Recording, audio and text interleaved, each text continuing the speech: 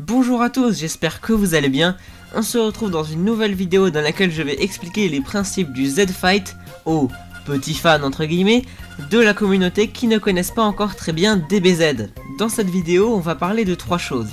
Le ki, l'énergie et la puissance, car ces trois termes sont souvent confondus, le fait de sentir le ki ou de dissimuler le ki, et les transformations, les potentiels éveillés et les rituels.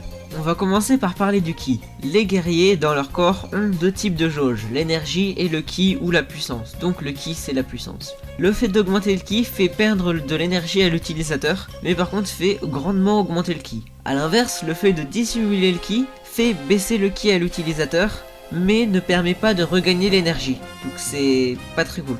Le Kaioken permet de augmenter vraiment beaucoup le ki, mais par contre de beaucoup baisser l'énergie. Quand l'énergie tombe à zéro, le guerrier meurt.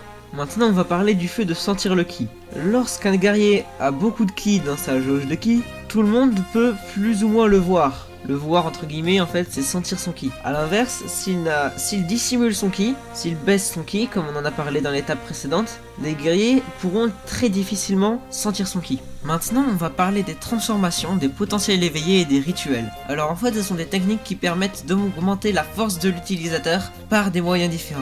Exemple, le Super Saiyan 1 est une transformation car c'est la libération de la force par la colère. Le Super Saiyan God c'est un peu l'inverse, c'est la libération de la puissance par le rituel.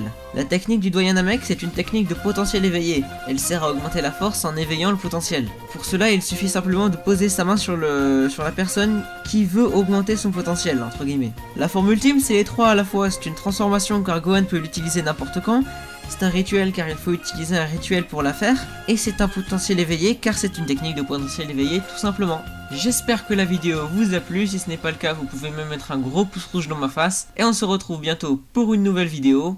Salamada!